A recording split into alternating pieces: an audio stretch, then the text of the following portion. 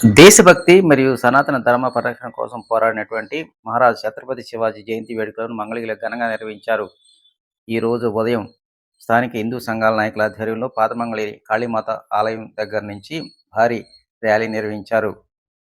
పాత మంగళగిరి నుంచి గౌతమ్ బుద్ధ రోడ్డు మీదుగా, అదేవిధంగా మెయిన్ బజారు, కుప్రా కాలనీ మీదుగా పాత మంగళగిరి సీతారాం కోయిల్ వద్ద ఈ యొక్క ర్యాలీని ముగించారు. ఈ సందర్భంగా భక్తులు మాట్లాడుతూ మహారాజ్ ఛత్రపతి శివాజీ పోరాటాన్ని నేటి యువత స్ఫూర్తిగా తీసుకొని ముందుకు వెళ్లాలని, దేశ ప్రజలకు